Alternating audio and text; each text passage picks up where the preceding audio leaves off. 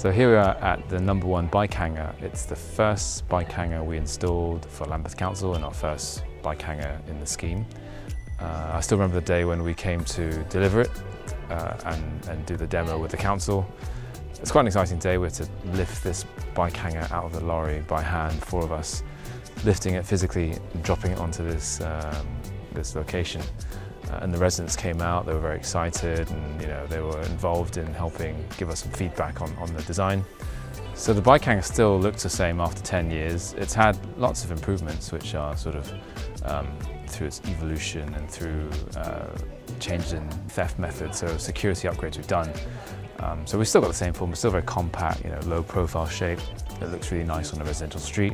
And yeah, we're proud to kind of maintain the top security rating out of all on-street storage units. So it's got Sole Secure Diamond now, yeah, it can still park 6 bikes in half a car bay. And so yeah, that's our dream, get everyone on bikes, less cars and better streets. Hello, I'm Rosina Chowdhury. I'm the Cabinet Member for Sustainable Lambeth and Clean Air, and I'm here today to celebrate the 10th anniversary of the very first cycle hangar.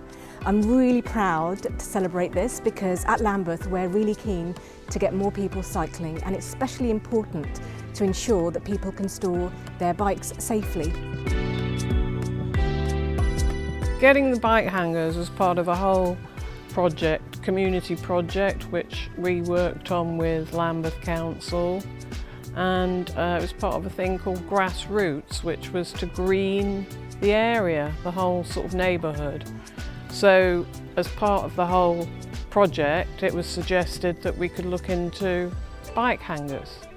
Since it's been going, it's great. It's good to have a secure, safe, dry place to keep my bike.